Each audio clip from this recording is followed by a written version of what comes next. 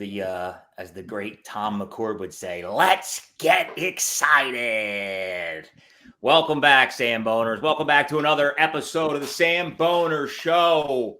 A weekend shakedown with Mr. Mike Gill and Mr. Colin Thompson. We are coming fresh off of Philadelphia Eagles bye week in the smack dab middle of hot roast pork month. It's also chili season. Thanksgiving is upon us. But I got an issue. I got a bone to pick with myself. I put out a poll earlier yesterday, guys, requesting or asking the question, do you put beans or no beans in your chili? And let me just tell you, beans in chili is starting to backfire on oneself right here. But it backfires where? And it's background. Why? Because people are saying it's not normal? No. There's a lot of indifferences in terms of whether or not you put beans or no beans in your chili. I am a big beans guy, but unfortunately, I'm having a tough one. Well, beans repeat on them is what he's trying to get at here, I think. But my question is it 50-50? Like, what's the biggest jump? It's a 50-50. And so then why are you're not getting crucified then? That's normal. No, dude, you're missing the joke, man. Look, it worked out in my favor during poker night Saturday night, but right now it's not. Jesus you're paying the price. Yeah, come on, take a deep breath, man. What are you doing here? I told you they're repeating on them. They're coming back out. Well, that's on me. The beans are good for your heart. The beans, they make you. Yes, sir. The more you eat, the more you fart. There you go. Correct. Yeah. I was over my head. I was ready to talk about eating food. Hey, I've been trying to get a lot of protein in the body. I'm told you need 30 grams a day. I do a protein shake. 30 grams. Is that not enough? No. 30 grams of protein? That's a lot, isn't it? That's a meal. No, it's nothing. It's nothing? Who's telling you this? I don't know. My wife just got done telling me you need 30 grams a day. I'm like, that's nothing too. I do 20 grams on my shake alone. I eat chicken every day. She wants you to get 30 so that you don't repeat on her. Well, you got to get listen, I would say healthy adult, you should be like half your body weight. Half your body weight.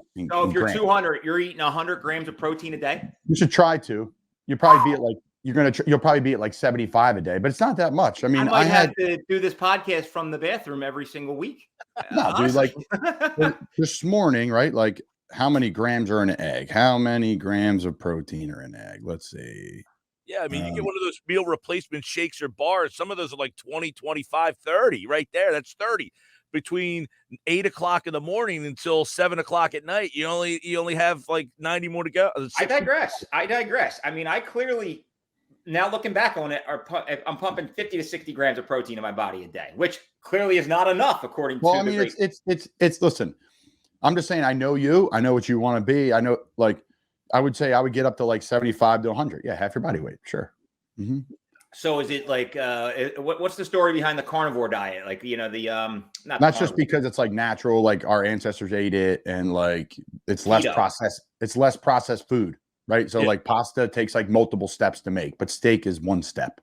You know what I'm saying? Eggs are one step. Like, do people still live and die off that keto style type of diet? I don't know. There's a lot of people that follow the keto, style, but there's a lot of variations, but all of it is based on like, protein, less pretzels and chips and like no carbs, the whole no carbs, whether it's a paleo or a carnivore or a keto or an Atkins. It's all like just getting rid of carbs, which is all processed. That's why when you go to other countries, those people, nobody's ever weight because nothing's processed over there. No, pasta's made homemade, right? Like, so, yeah, I mean, potatoes, one step, right? Ripped out of the ground, put in your oven. So stuff like that. Yeah. No, it's great. It's just, I have to bring it up because I kind of, I was looking myself in the mirror yesterday and I am, I'm up, we're coming off. That's because it's Saturday and Sunday, though. Hoagie month, cheesesteak month, hot roast pork month. Look, it isn't easy, man. It isn't easy. And then on top of that, we're drinking beers, over the weekend. What am I kidding? I probably have one beer every night just to kind of set the mood and relax. But the holiday season is upon us, fellas. We're going to have a lot to talk about in terms of good food, good times, good drinks, whatever you may be. But at the same time, what do we do? Do we do some intermittent fasting? Do we do a little Samboner's weight challenge of some sort? I don't know, man. I got to figure it out. Mike's down some weight, you said, right, Mike? Yeah, about 7. But I needed it much more than you guys. I mean, from someone who's like done it, I've gained 50 pounds. I've lost 20 pounds. I've done the whole journey multiple times. Like, how much water you're to intake is great. You got to get at least a gallon a day in. Like, it sounds like a lot, but it's not. Like, healthy individuals, you got to try to get some sleep. That's the number one thing. Like, all this recovery and all this other stuff, like, you're going to throw at it. Really doesn't matter unless you're pounding the water on a normal basis and you're sleeping good. So, yeah. The water, I've got 3 of these that sit next to me during the show. So each break, I fill them all up. And so each hour, I'm drinking 3 of these things. Yeah. All right. There you go. Sleep better, drink more water. I get it. Yeah. And that's it. I mean, listen, I'm not saying don't drink. I mean, you should see what my weekend looked like this weekend. It's absolutely ridiculous. So, wow. Oh yeah. Fresh off the Samboner's Doylestown location episode, Colin got the urge to drive home. Hit up a couple of the key spots, the Plumstead Elvin. How are the wings at the Plumstead, Colin? We got 50 wings to go. You get Plumstead Grill? No. Plumsteadville. The log cabin place? Excuse me. Plumsteadville Pub. Oh. That's up in my hometown, Doylestown. Yeah, so Friday, okay. Saturday. A place called the Plumstead. There's a place on 206 called the Plumstead. This place, it's like an old log cabin. Place is outstanding. I thought that's where you went. No, sadly, no. I would have let you know, Mike. But Friday, little day in Annapolis. Get up Saturday. The freaking Jets are flying over. The band starts playing at 8 a.m. here. I mean, it was rocking and rolling for Navy football. And then got up. Oh, yeah. Did a Sambone. Shout out to Samboner DMV right at Davis's Pub, of course. And then, got up Saturday morning. Ran right to the Plumsteadville Pub. Got some wings to go. Their wings are great. I think their hand-cut fries are the best in the world. Like, they just do the old shoop right down, bang. Like, you gotta love that, dude. They're so flat iron, the flat iron pull. Yep. I mean, they're so fresh. It's the different experience than eating like what a normal fry would be out of a probably a frozen bag. Yeah. So, a frozen bag of anything tastes less than. Well, yeah, but you still can have a good fry. Like, these curly fries are good, but really they were frozen. 10 minutes. Are you a curly fry, a steak fry, a crinkle cut fry? What's your fry? Who is not a curly fry fan, first off? Like, I like a curly fry, but if you go to a restaurant and they have the crinkle cut, that's a step above. I don't know why more restaurants don't go crinkle cut. When you go to a place and it's crinkle cut, you're like, crinkle cut? This is amazing. Yeah. I'm with you, Mike. Crinkle cut is underrated. I think they're all good. I'll eat them all. Very good. Sure. I like a good steak fry, like a nice steak fry. Oh, yeah. Shout out to the Copper Kettle, baby. They made the best steak fries. Steak fries are good. I would say the thinner the better for me. Crispy, Baked. I don't need a baked potato deep fried.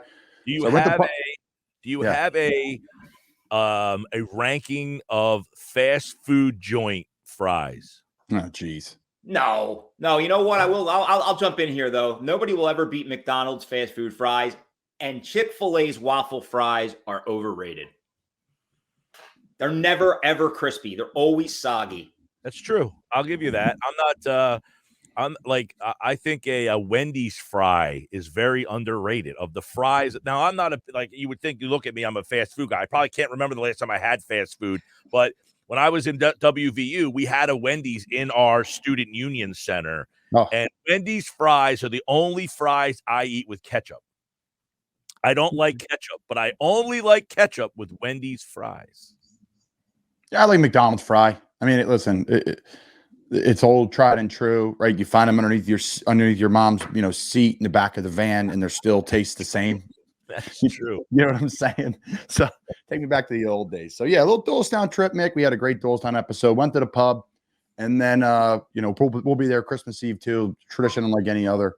We'll be up there hanging out, and then next day, got up, went to breakfast at my favorite spot, just at the base of the Doylestown Airport, called Cross Keys Diner, legendary spot. And I know we'll talk some Penn State today, but the Conti family is huge in our area, and big Penn State folks, and they started that business probably 100 years ago. Someone else bought it. In Annapolis this weekend. What's the first place I need to hit? For what? I'm going to be in Annapolis. Yeah, but are you going to be having a beer? Are you going to have breakfast? What are you doing? Well, I'll get there Friday late, so we're staying in the hotel Friday night and then waking up early Saturday. So probably breakfast and then heading over to the stadium for the tailgate. My girlfriend's an ECU grad, so we'll all be wearing purple. Nice. Yeah, I mean, first off, you can wear like Navy, like it's or like thank you for coming if you wear another team's. Everybody's come here. It's kind of unique that way. I would say, listen, one of our sponsors of the show, Miss Shirley's right next door, is really good. Lighthouse Bistro for breakfast is really good. You're going to be right there, so I mean, you're going to be right here. Yeah. So I mean, there's so many spots, man. And then Miss Shirley's in Baltimore many a times. Is that the same one, baby? There's like 4 of them. There's one in the BW airport, which is clutch. Because sometimes you go to the airport and you sit in a restaurant and it's like, it's like bad food. But Miss Shirley's food's really good. You can get brunch anytime. Fantastic. There's so many places, dude. We did a whole Annapolis episode. If those people that are ever coming down here and want to listen back to our Annapolis episode, so many places. We've done Key West, we've done Wildwood, we've done Sea Isle, okay, May, a bunch of them. Delco. Yeah, Mike, there's so many spots, dude. Dock Street's my probably all-around favorite bar in town. Davis's Pub, Heroes Pub. Your Stan and Joe's a great little like dive bar with like funky jam band music at nights. Tonight you guys got to hit that. And you can walk home after. That's usually my last stop. When I take my scooter, the birds, I rip them around town. A little bit easier than an Uber or walking. So I'll just hop on the bird. Like I'm going to go home, park it, go in, have one, watch the band, and then scoot home. So yeah, I love those things. But listen, guys, we got a lot to talk about here today. An action-packed weekend shakedown. Want to dive into Week 10 NFL. Want to dive into the upcoming Week 11 Eagles, Chiefs, Monday Night Football, NBA, Phils, college hoops is on the upswing. But let's dive in before we forget and talk about College Game Day Saturday, more specifically Penn State, Michigan, 2 top 10 teams. Obviously, this is an East Coast show, Philly sports show, Penn State, near and dear. Look, I'm not probably as big as a Penn State fan as Mike is, a West Virginia fan, but at the end of the day, like, what is going on? Like, we cannot beat Ohio State anymore. 3 straight years we've lost to Michigan. They coming off another, well, again, this is a 12 o'clock whiteout / whatever. It wasn't a whiteout, right? It was navy white. But, like, you got the home field advantage, and there's just no prayer, right? Like, right from the very beginning, you just could tell, like, they don't have a prayer. And, Colin, you said it last week. Like, I'm a homer, right? I thought the Penn State could have come out and beat Michigan coming off a loss to Ohio State. But, like, Mike, let's get your take right out of the gate. Like, what's the story here? Do we fire James Franklin? Because it looks like they quickly fired their OC, Urich. But at the end of the day, should Franklin be the one on the hot seat? They're in a weird spot. I mean, you got this playoff expanding, so they'll be a part of the playoff expansion, I would imagine. And is that something that Penn State says, hey, we're a playoff team?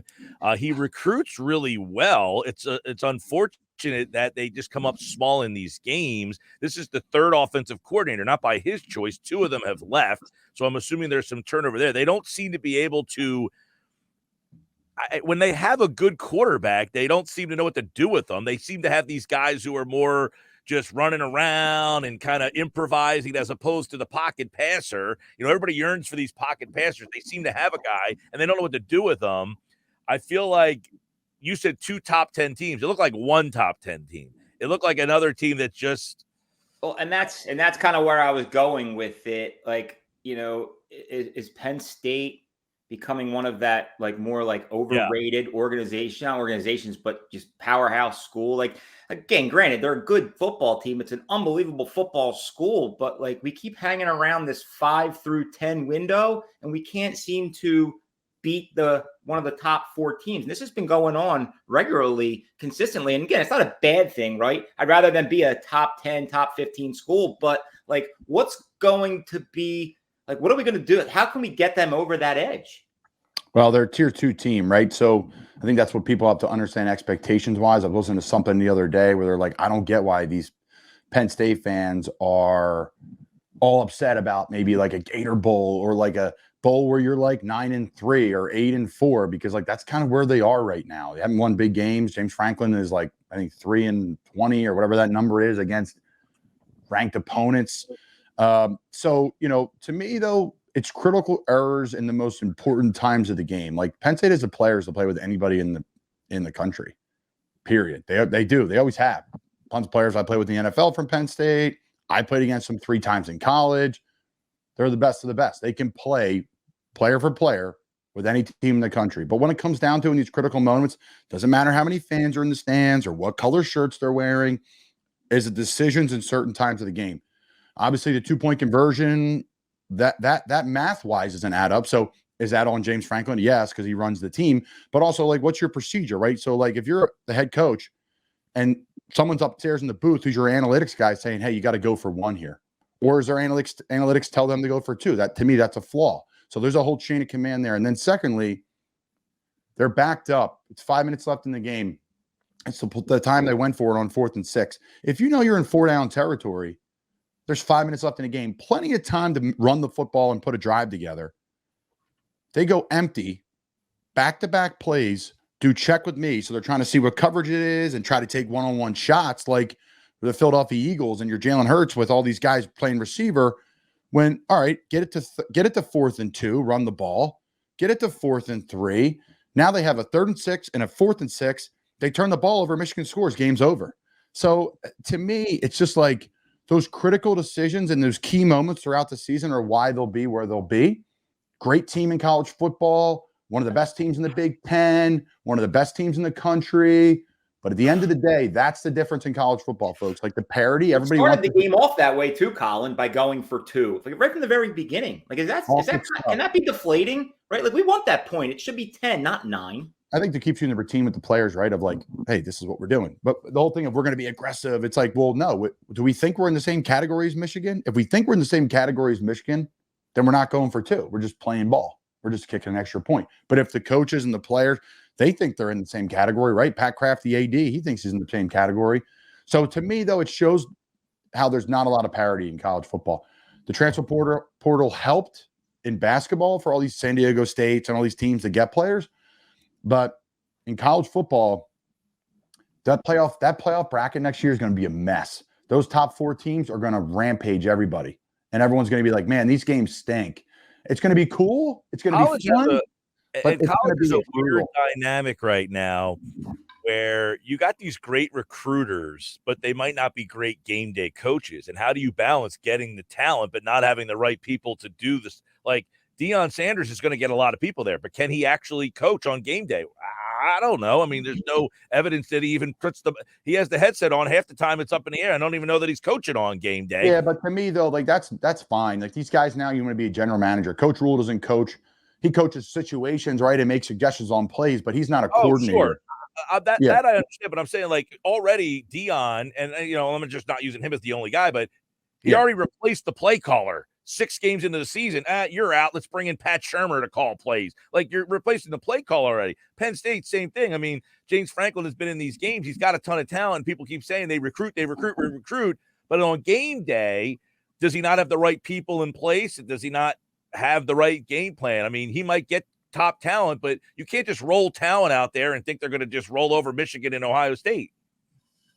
So what would you say is the number one key differentiator in terms of college sports, why Alabama has been a powerhouse for as many years? Georgia continues to be now number 1 in the country. There's, I think, 5 10-0 schools currently. But like, what is the key differentiator? Is it play calling? Is it the head coach? Is it recruiting? Like, there's a ton of variables here. But at the end of the day, again, like back to Penn State, like, why can't they're just it's just a moot point at this point. That's as far as they're going to go. I think they've hit their peak.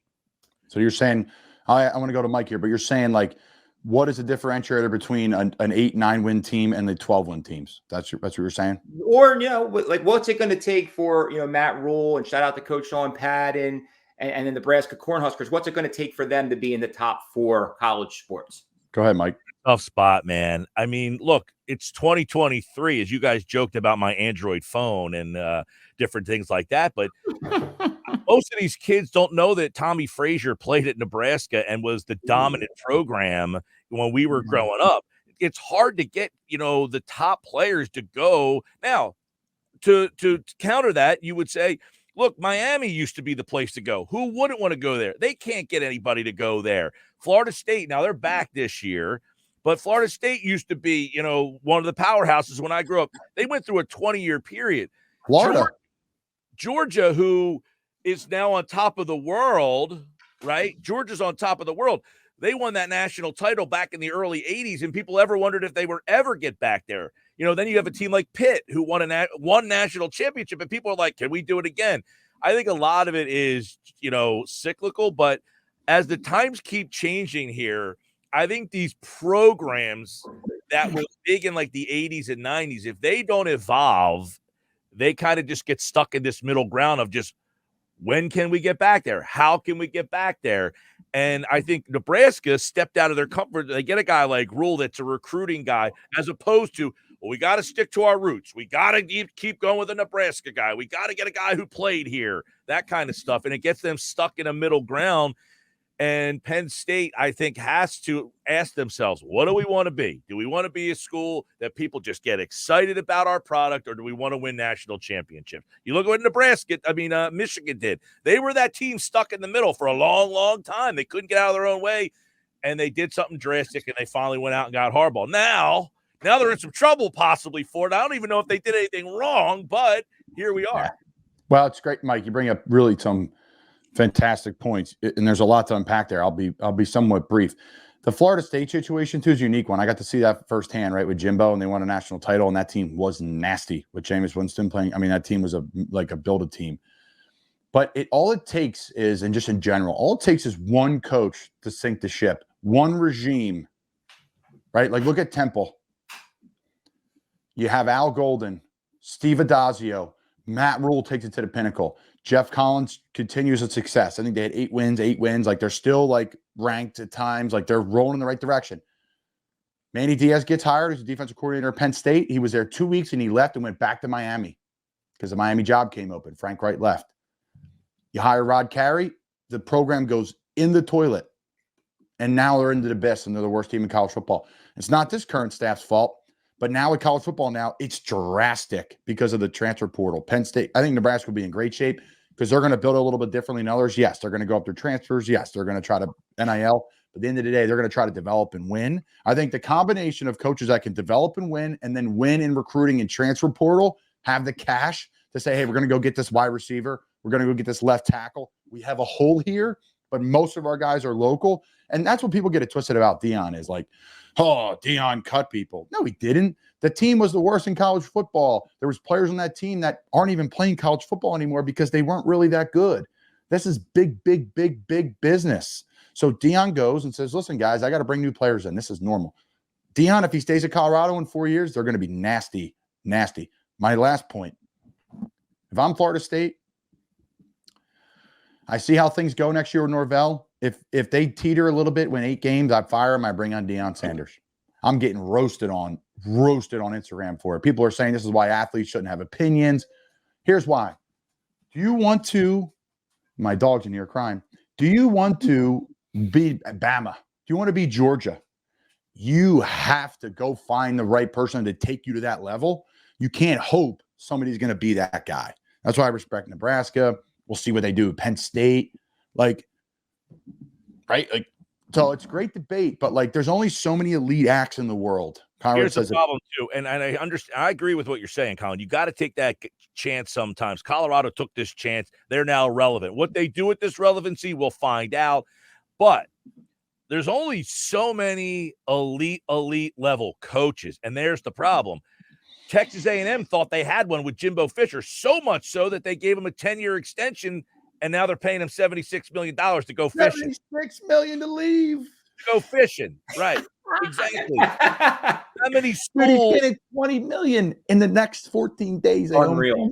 How many schools thought that Lane Kiffin was the guy, and he leaves them at the altar every single time? Sometimes you think you have the right guy, and even when you have them, you can't keep them because they always think the grass is greener someplace else. Look at what's going on at USC. They felt that they stole the guy, and now they stink. And there's only so many elite level guys who can recruit, coach, set the culture, keep it clean, get the donors on board. How many human beings in this world are set out to do that? Probably not too many. 15, yeah, 20. And here's the thing, and I know we're going to keep it moving, but here's the thing that I think needs to happen. Is there's this whole thing in this world, and I respect it. I respect it. I come from a family of 2 entrepreneurs that came from nothing, and there's something. Is you got to climb the ladder and pay your dues. But the issue where donors come in is donors set agendas, and they want big names, and they want people that are recycled through. Like these same coaches get recycled through. We can name them all, right? Jimbo, Dana Holgerson, Rich Rod, right? Like, they're good coaches. Don't get me wrong. Kevin Sumlin, like they're good coaches. Oh, 2 WVU guys at me. Come on, man. And listen, it's not disrespect to them. They're good football coaches. There's a reason why they've had success in places. But at the end of the day, like there's 30, 35-year-old, 40-year-old people out there that are ready for the jobs, but they won't get them till they're 50 because of politics. And that's where the rubber meets the road, in my opinion. And that's where you're missing. Go take a chance. Go fire a shot on someone who's got their shit together at a good solid age of whatever, 30, 35, 40, that has the experience, has the relationships. Because I think like the girl down in UNC, she's a field hockey coach down there. She won 4 championships as a player. They hired her the next year as a coach. She won it again at 24 years old. So like, I guess that's aggressive, but my point is there's some people out there that are younger that are good coaches that will get passed over because they didn't blah, blah, blah. But that's what I was talking about before. Nebraska went the route of let's bring in the guy who played at Nebraska, or who had ties to Nebraska, who was on so-and-so staff at Nebraska. They finally said, all right, we're going to go out and get somebody who has nothing to do with Nebraska. And we'll see if Nebraska ends up, getting out of this rut that they're in. We have talent acquisition is hard. That's why almost half of the NFL is undrafted. It's hard to find talent, and it's not a perfect science in finding it. Well, that's the thing. I think about this all the time. You take a look at a guy like Reed Blankenship, undrafted player, and he doesn't get drafted. And you're watching a game. I'm watching the game last night. Russell Wilson, by the way, who has. I got sources on Reed Blankenship too, where he was this weekend. But continue. Okay, well, maybe we'll spill the beans. Not the beans that Mick's having, by the way. So you have a situation. I'm watching the game last night, and Russell Wilson, who's been an MVP candidate, and everybody's wondering, like, what happened to this guy? My buddy's texting me. This guy was an MVP. Does he? And like, when you're the coach and you're watching this game, it's almost like in your mind you see that this guy has slipped. You know that he's not the same player, and you're like, when you're evaluating, you might have a guy that's behind him, and you're thinking, I see this guy in practice. He's got a stronger arm. He's more accurate, but I just can't make the change. I just can't bring myself to do it. And the guy sometimes who's right there, the second player, but you just don't have enough on him. He went to a smaller school. You didn't know about him, and he never gets that chance. All because when Wilson originally got his chance, he took the chance, and now he's not letting that chance go. But is there a better option out there? And I think about that kind of stuff all the time of how close these guys are, and that's why this whole league is 500. Because there's undrafted guys all over the place that are good enough, but these pundits don't know nobody knows who Reed Blankenship was, right? The only reason people give Eli Ricks some sort of thought is because somebody some time ago ranked him high as a top freshman coming out of Alabama. So some people are like, this Ricks has got to be a player. We have no idea whether Ricks can play or not until you see him get the opportunity. That happens all over in all sports. No, you're absolutely right, Mike. And Colin, I'm glad you brought up parity in college football because I'm starting to think there's not a lot of parity in NFL. But before we get into that, there's tons. I could do what? There's tons of parity in the NFL. We said 6 games go walk off field goals. No, but I think there's 4 teams. My question is going to be: is this anybody's league, or is there only 4 teams that can win the Super Bowl? That's a great point. Great point. Okay, and we'll get into that in a second. I wish I could do like the Merrill Reese voice right now. Like this stoppage of play is brought to you by the original Fudge Kitchen. Shipping fudge all over the country. It's a great time to get your sweet treat game on. Chocolate, vanilla, peanut butter. Let's send it over to FudgeKitchen.com. What do you think, Mike Quick? He's a legend, man. Like every time he goes to like commercial and just like bust out the sponsorships, he's incredible. His voice goes, it gets a little. We are an Eagles affiliate down here at 97.3. We carry the Eagles games in Merrill. So Merrill voiced a commercial one time for this business, and he got the phone number wrong. So I had to do the substitute Merrill Reese phone number. Oh, I could do a good Merrill. Let's go, Mike. Hit us with the Merrill. Give us the Fudge Kitchen spot, Merrill Reese voice right now. Fudge Kitchen. How many locations? Well, they're in limbo. So just say locations from Ocean City to Cape May. All right. This is Merrill Reese. The Fudge Kitchen has locations all over South Jersey. Yes, indeed. You can get your fudge from Cape May all the way up, creamy as can be, in Ocean City. And don't forget, listen to Eagles football every Sunday on 97.3 ESPN. Hold on a second. Was that Merrill Reese or was that Santa Claus? Wow. Ho, ho, ho. True. I haven't done the Merrill in quite some time, and you put me on the spot. I could probably do it a lot more in regular conversation. I give it a 7.1 on the I disagree. Scale. The way you went up and down like he does, and his pauses were exactly how he does it. I mean, that was really good, Mike. Yeah, I have to be more like, you can't put me on the spot like a Tom McGinnis. I could do a good Tom McGinnis, but I got to do it like in mid-conversation, as if like you don't even know it's coming, and then I just bang you with it. 2 for 3. I can't even do it. I love McGinnis, man. Love McGinnis. But yeah, like, so, you know, transitioning into NFL, Eagles bye week. What's that, Mike? Go ahead. I'm listening. No. I mean, you know, you talk about parity, and I was just kind of texting some of my buddies, like, is this league up for grabs? Or at the end of the day, should we be fast forwarding to another rematch between the Eagles and the Chiefs? Now, granted, the 49ers look very, very strong. The Dolphins continue to look somewhat strong. The Lions are the big surprise here in 2023.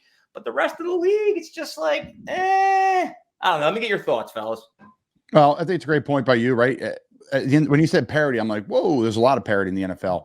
I think there's a lot of people in the middle, kind of in the muck. Yeah, what are we going to be? Which you're right. I mean, to me, that's parity. There's always going to be some upper echelon teams, right? Like even the leagues that have the most parity, which the NFL is, right? You're going to have 3 or 4 upper echelon teams. They usually have the best coach, the best quarterbacks, a great GM. Like all 3 of those things are in line. A great owner, 4. You can add 4. Owner, GM, head coach, quarterback. That's a Coward thing that I love. He's always right about it. So you got Kansas City. They check that box. Philly checks that box.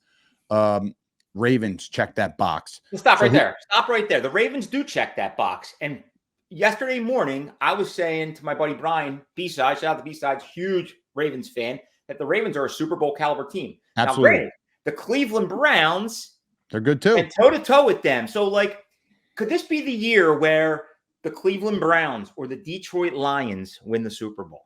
Well, the problem with the Cleveland Browns is this. They play the Steelers. They play the Bengals. They play the Ravens. That's not a problem. That's a great problem. That's good competition that they're getting twice a year. What do you mean? That makes them stronger. That makes them tougher. It's East Coast football. Yeah, I know we love all the hunky-dory. Great. Goddamn right we do. But guess what? You beat yourself up, and then you may not even make the playoffs. That's the problem. Look at the NFC East. There's 2 teams, really, right? Look at different. Look at the AFC South. Houston, Colts, Jags. Houston's Tennessee. good. AFC South. South. But my point is, guys, the AFC North is the toughest division in football, and those teams beat each other up. The Detroit Lions are going to play the Bears and the Packers 4 times a year right now. They're both in major limbo. So yes, of course, you like those good reps, but they're going to be plenty of good reps. The Eagles. The NFC East is down this year, but the Eagles will get plenty of good. That's an interesting point, though, Colin. And this is all like an encompassing thing here. Last year, the NFC East was back. So much of this is circumstantial based on your schedule. Last year, the NFC East played a very down schedule. So a team like the Giants make the playoffs, and it gives them false security of who they are. It's so year to year. The teams that are legitimate teams are the ones that are there every year because they change the schedule, and the schedule doesn't make them or break them. They still move on. Like, to me, and I don't want to put you on the spot, Colin. I know you've been in multiple organizations, but I think there is a correlation between well-run organizations and sustainable success. These 100%. teams that can't figure it out. You know, the Giants, and I love the hire of Brian Daboll. I thought that was I wanted the Eagles to hire him the year before, and he ended up staying in Buffalo. and they got a new GM and a new coach, and last year they make the playoffs, and it looks like they're in the right direction finally, and then this year is a complete dumpster. I mean, I'm sure Tommy DeVito's a nice guy, but come on, you can't tell me there's not a better option to play quarterback in the NFL on a Sunday. Somebody wants to start a football game, and that's an embarrassment to the Giants. I'm sorry. That's an embarrassment to put that kid out there, and it's not his fault. He's not ready to start a football game in the NFL. He's just not ready. And that team, to put him out there is an embarrassment. And that's the difference in certain organizations. Their mindset probably is, we'd rather lose the game. We don't want to win because we want to get another quarterback. So you put that poor kid out there to embarrass himself. And then you call a game to embarrass the poor kid. You don't even let him throw the ball. I mean, what the hell are we doing? This is the NFL, man. And that's the difference between these organizations. The Eagles are well-run, great ownership. Kansas City, well-run, great ownership. Those teams, Baltimore, well-run, great ownership. That's why they're always in play. Pittsburgh, well-run, great ownership. Right, because this isn't cyclical, Mike. NFL football, these organizations, this isn't cyclical like it can be in college. These fly-by-nighters can't get it right. They get in their own way. They overthink the situation. That's why Detroit hasn't won a playoff game for 70 years. We'll see if this is sustainable for them, or is this their schedule? Are they a byproduct of your schedule? So many of these teams are byproducts of the schedule. 100%, right? In Carolina, the one year we were 500 halfway through the season, and we had to play the worst schedule in the NFL, right? So, like, it's all, you just don't know what's going on. That's why, I mean, I agree with Mick's point. Yes, you want to build toughness, you want to be callous. It's really good, but sometimes you beat each other up, and all of a sudden you're out of the playoffs, and you have a over 500 record, and some team across the league's in with an under 500 record. It's all about getting in the dance. Doesn't matter what it looks like. Get in the dance any given Sunday, especially in the playoffs, because the NFL does have parity and you can win games. Like I said, who's your owner? It matters in the NFL, folks. Every owner, every organization's different how they treat their players, how they treat their staff, how they treat their fans. What's a game day experience like? They control it. I played for great owners. I played for not so great owners. Owner, who's your general manager? Who's your head coach? Who's your quarterback? If all four of those are elite, you're in the upper echelon. What about the Niners? Well, that's the kind of the one-off, right? The Niners. Yeah. What's the quarterback, right?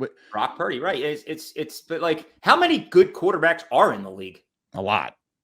No, but like, how many potential Hall of Fame quarterbacks are in the league? No, there's always going to be a handful, but there's a lot of really great ones. And who's their play caller? Who's the team around them? Like, the Purdy thing shows an interesting dynamic of how well San Francisco is.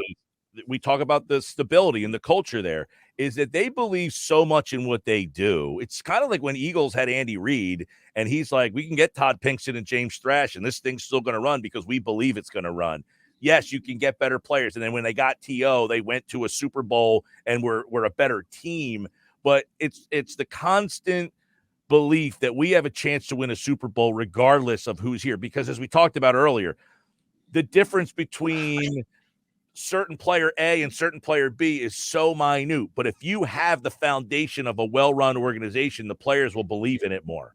Yeah. And when they get there, they believe that this team is always good, and therefore we will be good, as opposed to you're getting signed to go to Vegas, and it's always a shit show. Absolutely. Coaching and the quarterback, and then obviously offensive line, who gets kind of out of the picture. But if you look back on the past Super Bowl champions, an elite coach, an elite quarterback, 95% of the time. Colin, I know you have a ton of respect, and as do I, for anybody that plays in the NFL, anybody that can handle the quarterback position, but there is not a lot of good quarterbacks in this league. It cuts off right at like Matt Stafford at 10. Russell Wilson last night. Did you watch Russell Wilson last night? Did you really think that he put on a good display, even though they came through with that win? I thought last night was one of the best Wilsons. Yeah, he looked awesome. Yeah, but like, but he in the little shuttles. I mean, that was that throw he made to the back of the end zone. Of course, that was elite. But like the shit he pulled at the end of the game, like just throwing the ball up and hoping for a pass interference call. Like sometimes, but you got to understand football to know what that play was, Mick. And this is the problem with the world. That play's going to go away, Colin. No, but that play was an all-out blitz. It's called cover zero. They brought everybody. Your job is to retreat and throw the ball up and let your receiver make a play on it. That was the perfect play from the quarterback position. Literally, it was perfect. It was perfectly underthrown for a reason. Because you have to give your guy a chance to go get it. That play is strategic. They're doing that purposely to try to get 100%. So that's the point. Colin's saying. I can't. Guys, that was cover zero max. No, I'm agreeing with you. That's the play. Cover zero comes. He's throwing that up for his receiver, A, to make a play, or B, get the call that he ended up getting on that play. That's a elite decision. He knows most of these corners are not going to turn their head around, and they're going to be short, and they're going to run into the guy, and you're going to get a shitbag flag. So you mean to tell me that this league, you have a strategic decision to throw a ball that's going to be underthrown, hoping for a pass interference? That's what you're telling me? He wanted to be underthrown, but I'm saying he's got to give him a shot, right? Like you got to have it's got to be in the ballpark. It was fucking wide open. All you got to do is air it out. It was an easy touchdown if you made the right throw, dude. How much time you have, Mick? You watch the play. You see the cover zero. Yeah, I did see it, but he made the throw before he had to. If he just waited a half more second, he could have aired that out. It would have been an easy touchdown. No, inside his mind, he was hoping for the pass interference. You also can't take a sack. You can't take a sack.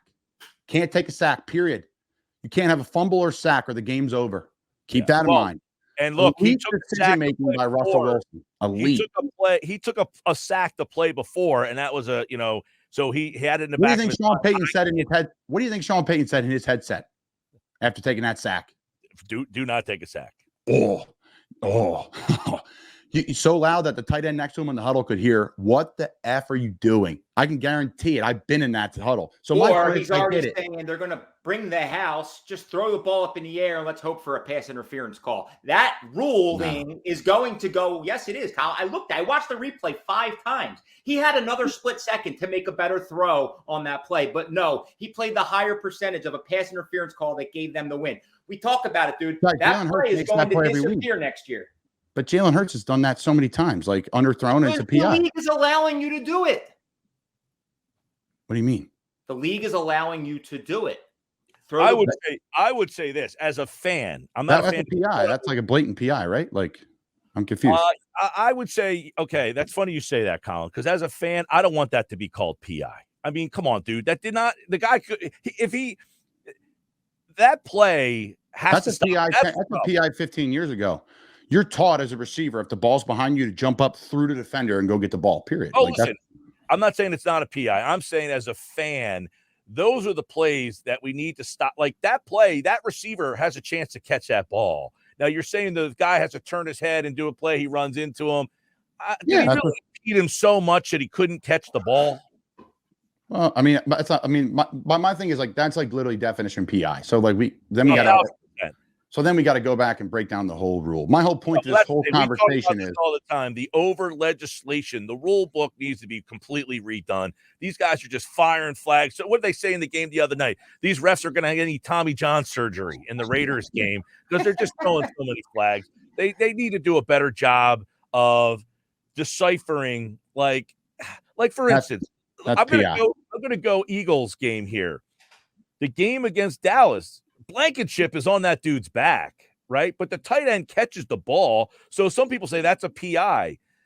As a fan, you shouldn't want that to be a PI. The guy caught the ball. So the guy hit him.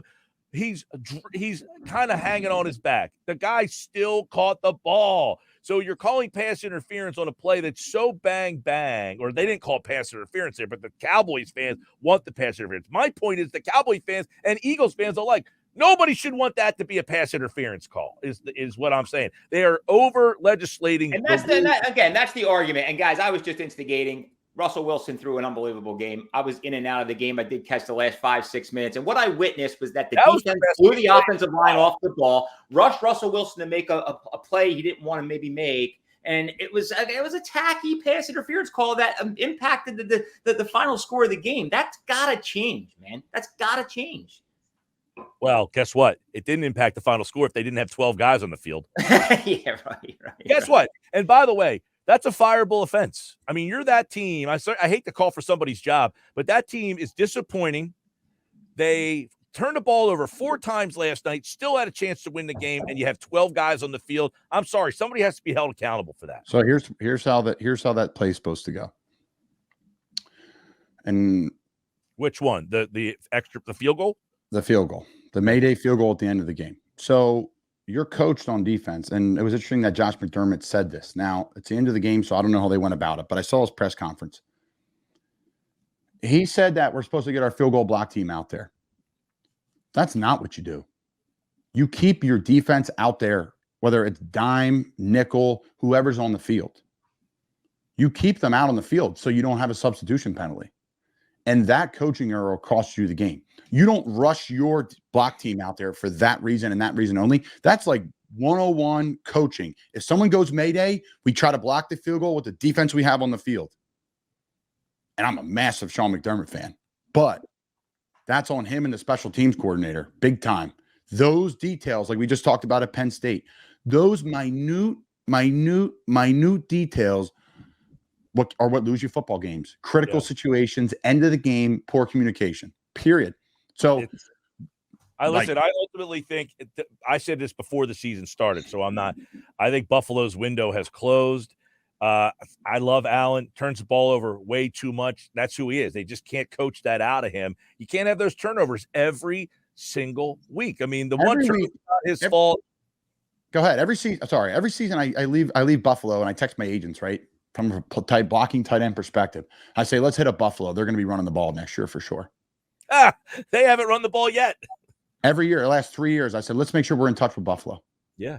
No, I feel like and they haven't. Dermott, great dude, change the culture up there, but might not be the guy to get them over the top. And it's wild. It's wild. I was just looking at the QB quarterback rankings effective November 3rd, and they have Josh Allen ranked number 3, which is nuts.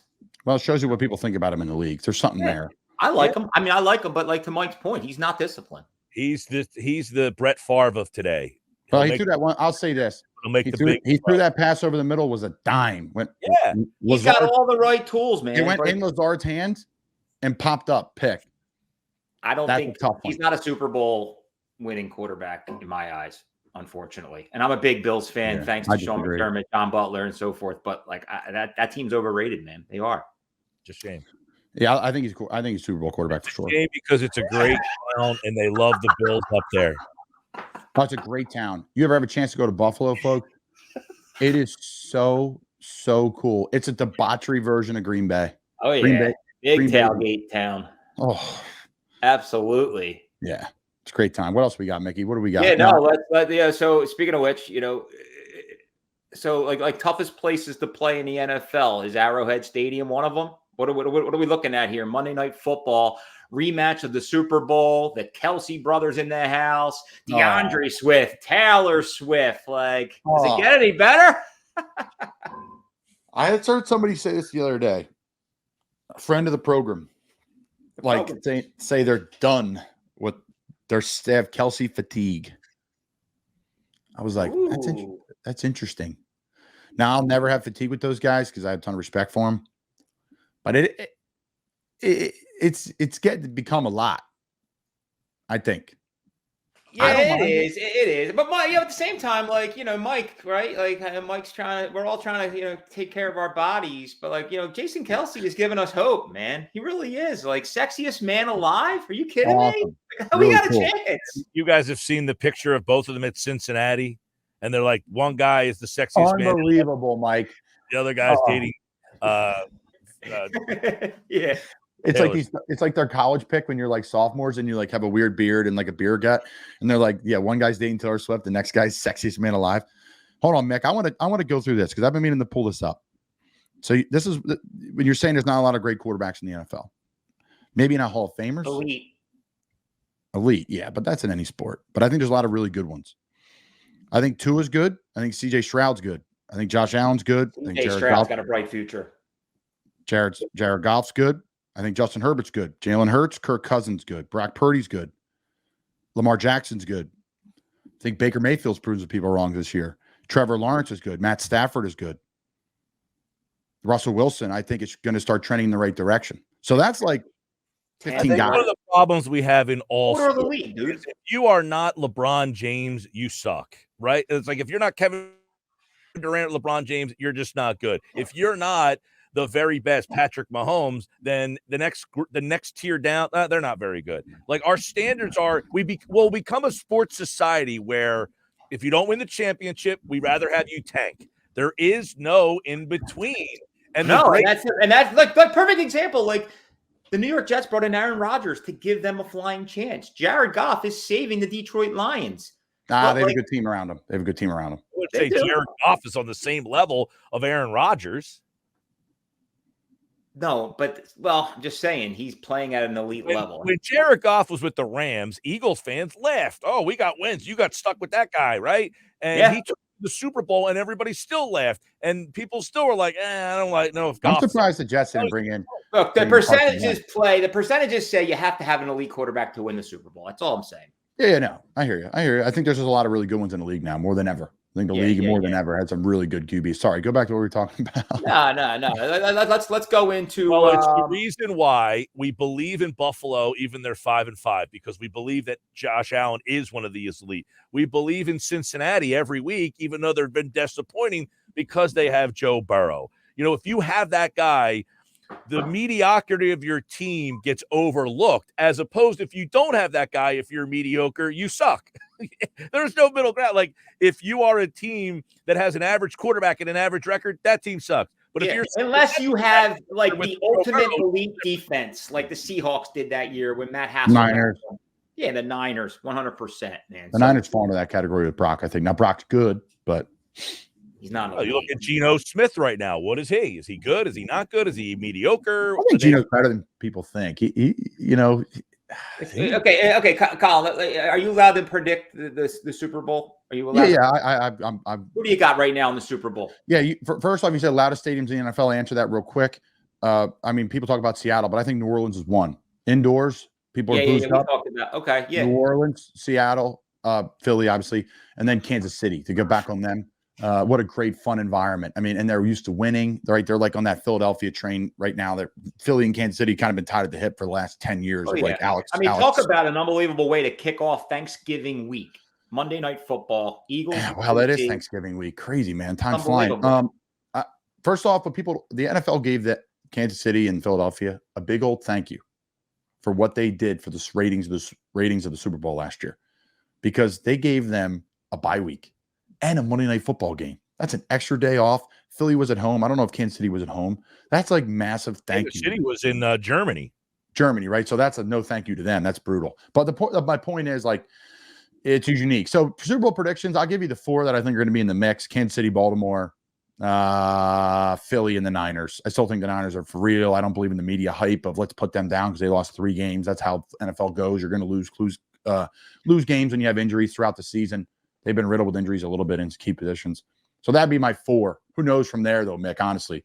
Like, I think those 4 teams are elite. I think a team to keep an eye on is any team, probably other than Pittsburgh, out of the AFC North. Like, those teams beat each other up, man. And that's my point is, like, who's going to come out of there? And that's all. What's Sean Watson going to look like? If he looks... He's a wild card. That's the thing. If he's the guy he was in Houston, that team's a legitimate Super Bowl contender. If he's not the guy he was in Houston and he's the guy that we've seen in the early Cleveland days, then they probably aren't good enough to win in the playoffs. And that's why there's a lot of parity in the NFL, in my opinion. There is. You're actually right. I take that back. It's just look like? 2 different levels, right? There's like 4 or 5 elite teams, and then there's 20 teams that could – you never know. We got plenty of time here. I am betting C.J. Stroud for NFL MVP today. Why? Actually, I bet it yesterday. Go look at their schedule. They are going to – you would have bet it earlier. You bet that week 1. I know. Well, guess what? I didn't really put a lot of stock in it, and that's the problem. Houston is going to make the playoffs. Well, look at their schedule. They are going to make the playoffs, and if they make the playoffs with him playing like this, he should win the MVP. Mike, he's legit, dude. Well, I was not a Bryce Young fan. I was not a Bryce Young fan at all. And if I'm Carolina, I am probably nauseous right now watching what is happening here. Yeah. No, it should be fun, man. It's crazy how fast the time goes. Another quick shout out to big supporters of the show, Verona Pizza here in Maple Glen, Pennsylvania, doing their thing. Rookie of the year, top 10 cheesesteak list of the Samboners. Chicken cheese are dynamite. The chicken cutlets are dynamite. Their pizza's killing it. Your friend Dave Portnoy didn't stop there, but he made his way up to Doylestown to hit up Lucatelli's. That was pretty cool. Another quick shout out to our good friends Pete's Famous Pizza Pete's has 3 locations, looking to franchise out, does an unbelievable job at the chicken cheesesteaks, He brought the 8 Strombolis down to the Eagles. Samboner's tailgate, huge hit there. And then last but not least, Mustaki Authentic Gyros, holding it down right there in Fishtown, Logan Square. Greek food. Get your Greek game on. Absolutely dynamite. Mike, I'm heading down to the Sixers game tonight with the kids. College hoops is in full swing. Penn knock off Nova last night? Yeah, they did. By the way, Sixers game, I have to say this. I think Sixers people are back. They're fun. That court tonight's going to be a big distraction to watch that game. Red court tonight. Yeah, like what is this? We can wrap up with that. Like, what is this whole in-tournament thing? Does this offset the full schedule, or if they make like maybe the championship, it's a no. If you make these games count towards your regular season record, but if you make the finals, you will have played 1 extra game this season. Okay, and it still goes towards the regular season record. It goes towards your regular season record. It's the in-season tournament. They're trying to kind of like do it all. Fucking hey, what are they going to do? Paint the ice next in the NHL? The courts are bad. The whole court idea was bad. It's horrible aesthetically for the television. I get it. They're trying to do something different to drum up a little interest. And look, if you're a 15-year-old kid right now, by the time you're 30, you might think this is really, really something. Yeah, exactly. And that's what my kids are stoked. They want to go down and see the court. Is it a money grab? Yeah, I'm tough shit, kid. You're not getting a sweatshirt just because it just came out. But that's cool, though. They're excited, Mick. That's cool. I mean, I mean, it's good for kids. You're right. It's probably going to create that culture, right? I think it's good. Yeah. I think change is good in sports if it doesn't, hurt the overall integrity of it, I guess. Like the stuff in baseball has been great. The problem is, like, what is this thing for? Okay, the players win $500,000. What fan cares that? Do they win 500 G's a piece? Every player wins $500,000. Mike? Did you see the other night when Embiid threw that garbage 3 up at the buzzer when they were already up 9? Yep. The line was 9.5. But at the end of the day, the rules are this is a points 4 thing. So if there's a tiebreaker, that 3 points could come into play. So nobody had an argument when it came down to the 9.5. I was wondering why he was like, that counts. I was wondering, what do you care? Like, but yes, every player wins $500,000 on the roster, to which I said, what fan cares that? Well, they'll care because the product's going to be better, Mike, because those starters are going to play for those guys at the end of the bench that are only making $1 million. That's a massive deal. Okay, because so tonight, the Sixers play. The Sixers play, we're recording this on Tuesday, so they play tonight against the Pacers. Tomorrow they play Boston. So if Joel Embiid sits one of the games, would you rather it be the in-season game or the game against Boston? Whatever's healthier for him in the long run, because the only thing that matters is the playoffs. So this in-season thing doesn't matter. You just said it. Yeah. I think, again, it's all becoming a money grab. At the end of the day, you brought up Deion Sanders. Okay, I think that the $500,000 per player, instead of giving it to the players, the teams that win, the $500,000 money to each player goes towards the season ticket holders to cover their season tickets. Then the fans will care. I'll say this: it should go to the staff member. It should go to this. It should go to the staff, and I'm sure everybody would want to be a season ticket holder. There'll probably be a big kitty, a big pot going to the staff members, the trainers that make $45,000 a year, like. So that's something that people don't talk about, and that players, it's good. It's not really advertised. But Christmas, we give the good guys that have their stuff together. I would say 75% of the team give a good chunk of money to the staff, the people that are like taking care of you. So it'll be good. Hopefully they do some of that. We have breaking news, by the way. Big news in the NFC East. Cowboys linebacker Leighton Vander Esch is out for the remainder of the season with another neck injury, which is sad because a great player in this league out of Boise State, first-round pick. He's had the neck roll on. I know he's had a lot of neck issues, which is really sad for him personally as a player. I've been there. It's horrible. But he's out for the season. Major blow to Dallas. Major blow for those Eagles fans out there. Yesterday, you see the Eagles brought Anthony Barr in, and Minnesota said, nope, not doing it, and they signed him immediately almost. Yeah, Jordan Hicks, another Eagle legend, great dude. Best dude, one of the best dudes I ever played with. Sat next to him this year in the locker room. He had like some real weird like contusion thing on his, and he needed procedure right away. So kind of a scary thing where you can like kind of lose your leg type thing, but he's okay. So they're bringing Barr in. But yeah, Barr's a stud. He's older player, veteran, been in that building. New system though in Minnesota. They're running exactly what Buffalo brought there at the end of the game. A lot of cover zero, max pressure. How about Minnesota?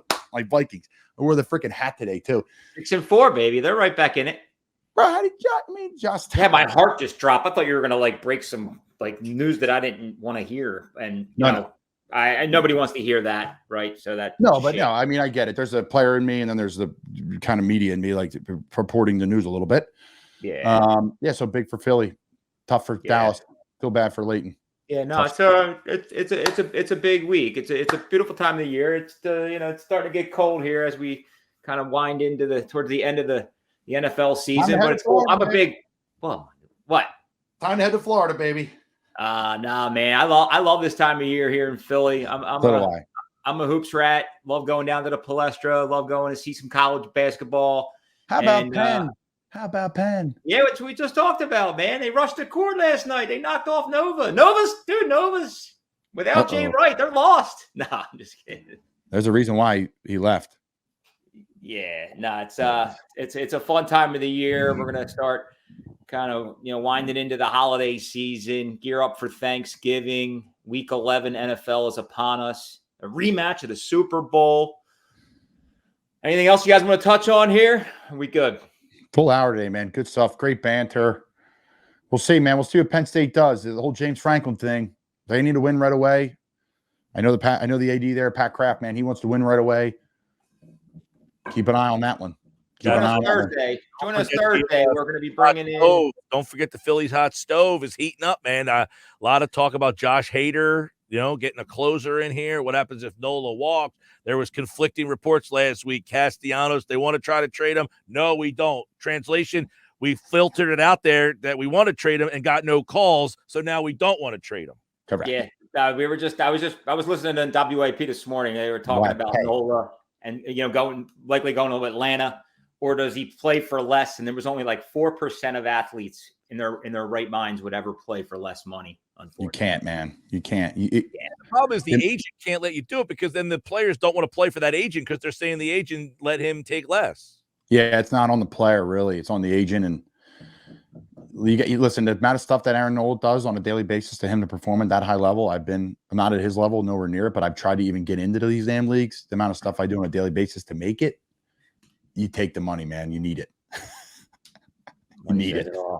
Yeah, good stuff, fellas. Great episode as usual. Tune in Thursday, Friday. We're going to be bringing in Phillies Eagle fan base hype man, the mighty E-Rock. He's going to break down the game for us this weekend.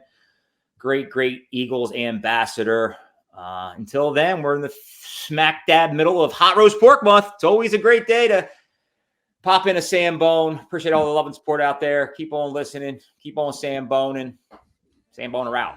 Pick up my phone. No, I got to edit that in. Have a good day, guys. Samboner out. Thanks, Mike. And baby, it's on. Driving 45 minutes just to grab a bite.